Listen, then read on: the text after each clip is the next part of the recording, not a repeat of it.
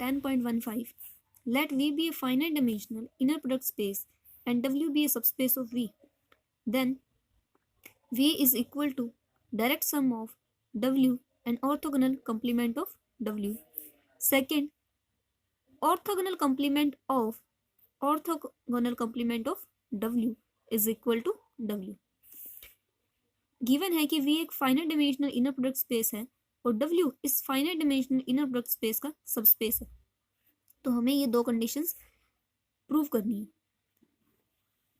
Since हमें दे रखा है कि V एक finite dimensional inner product space है, तो किसी भी finite dimensional inner product space का सबस्पेस भी finite dimensional inner product space होगा। तो हम कह सकते हैं कि V एक finite dimensional inner product space है और W उसका सबस्पेस है, तो W भी finite dimensional inner product space होगा। एज्यूम कर लेते हैं W का डिमेंशन m है, मीन W के बेसिस के अंदर नंबर ऑफ एलिमेंट्स या नंबर ऑफ वेक्टर्स m के इक्वल है।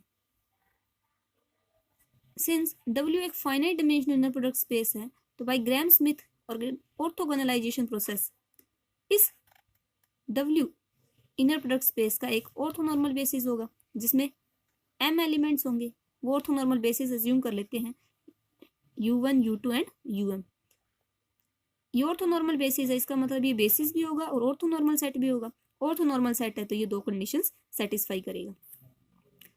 नेक्स्ट, V भी एक finite dimensional inner product space है, तो V का डायमेंशन हम एज्यूम कर लेते हैं कि n है, मीन इसके बेसिस के अंदर n एलिमेंट्स हैं और ये finite dimensional inner product space है, तो अकॉर्डिंग टू ऑर्थोगोनलाइजेशन प्रोसेस इसका भी एक ऑर्थोनॉर्मल बेसिस एग्जिस्ट करेगा। वो एज्यूम कर लेते हैं u1, u2, um plus 1 up to un। ये सेट जो V का है वो ऑर्थोनॉर्मल बेसिस है, मीन ये बेसिस भी होगा और ऑर्थोनॉर्मल सेट की दोनों कंडीशंस सेटिस्फाई भी करेगा। अब हम यहाँ पे देखते हैं कि u1 से लेके um तक ये जो W के बेसिस के एलिमेंट्स है, मतलब W के भी एलिमेंट होंगे और ये सारे के सारे एलिमेंट V के बेसिस में भी और उसके आगे um प्लस 1 un ये सारे के सारे भी V के बेसिस में है, मीन ये सारे के सारे V में एलिमेंट्स हैं। तो हम कह सकते हैं कि V अगर एक ऑर्थोनॉर्मल बेसिस है तो ui की uj के साथ जो इनर प्रोडक्ट है वो 0 होगी, जहाँ पे i और j इक्वल ना हो। अब V के अंदर ये जो एलिमेंट हैं V के बेसिस में um plus 1 up to un, ये सारे के सारे एलिमेंट्स W में नहीं है, मीन ये u1 से लेके um तक के एलिमेंट um प्लस 1 से लेके un तक के इक्वल नहीं होंगे और इन सभी की इनके आगे जो बच गए सभी के साथ में जो इनर प्रोडक्ट है वो 0 रहेगी क्योंकि इनसे डिफरेंट है। अगर इन सभी की u1, u2, um के साथ हर एक एलिमेंट के साथ में इनर प्रोडक्ट 0 रहती है, मीन W के हर एक एलिमेंट के साथ में अगर इनर प्रोडक्ट 0 रहती है तो हम कह सकते हैं ये सारे के सारे एलिमेंट हैं वो W के ऑर्थोगोनल होंगे।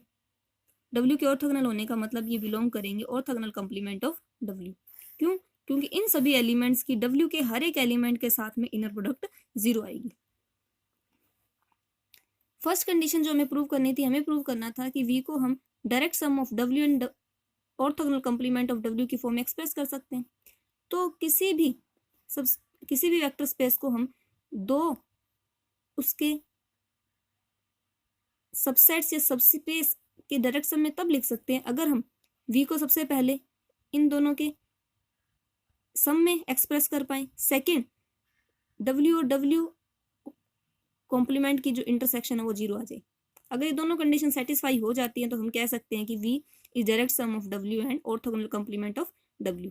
तो सबसे पहले फर्स्ट कंडीशन होल्ड करवाते हैं। फर्स्ट कंडीशन होल्ड करने का मतलब कि V के हर एक एलिमेंट को हम sum element of W plus sum element of W complement की फॉर्म में एक्सप्रेस कर सकते हैं। तो इसके लिए हम V का कोई आर्बिट्रेरी एलिमेंट लेते हैं और V का हमें बेसिस गिवन है। ये अगर बेसिस है V का तो V को हम V के हर एक एलिमेंट को इन एलिमेंट्स के लीनियर कॉम्बिनेशन में लिख सकते हैं।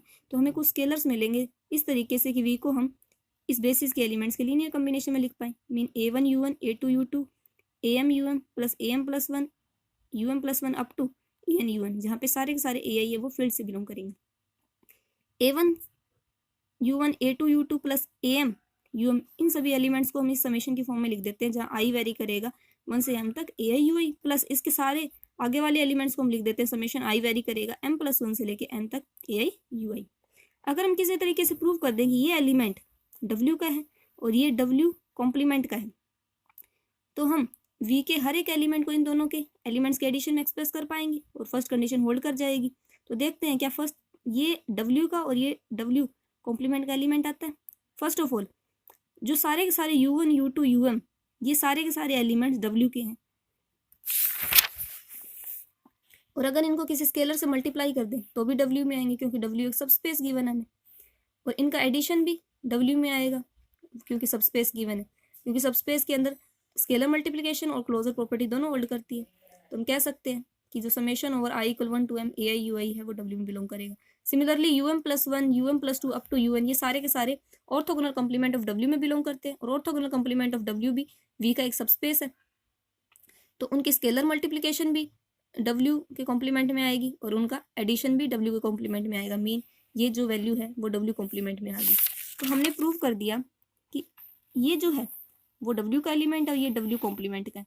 तो हम ये तो आर्बिट्रेरी एलिमेंट था V का जिसे हम W और W कॉम्प्लीमेंट के सम में लिख पा रहे थे, इसका मतलब इसके हर एक एलिमेंट को इनके सम में एक्सप्रेस कर सकते हैं। तो फर्स्ट कंडीशन है वो होल्ड हो जाएगी। मीन V को हम एक्सप्रेस कर सकते हैं sum of W and orthogonal complement of W। Second property हमें होल्ड करवानी थी कि W और W कॉम्प्लीमेंट का इंटरसेक्शन है वो 0 के इक्वल होना चाहिए। मीन इसके अंदर जो भी एलिमेंट आए वो 0 के इक्वल होना चाहिए। तो हम अपनी तरफ से इसमें कोई आर्बिट्रेरी एलिमेंट x लेते हैं। x अगर इसमें बिलोंग करता है तो मीन x W में भी होगा और x orthogonal complement of W में भी होगा। x अगर ऑर्थोगोनल कॉम्प्लीमेंट ऑफ W में बिलोंग करता है मीन इस x की W के हर एक एलिमेंट के साथ में इनर प्रोडक्ट 0 होगी। तो W का एक एलिमेंट x भी है, मीन इस x की x के साथ इनर प्रोडक्ट 0 होगी।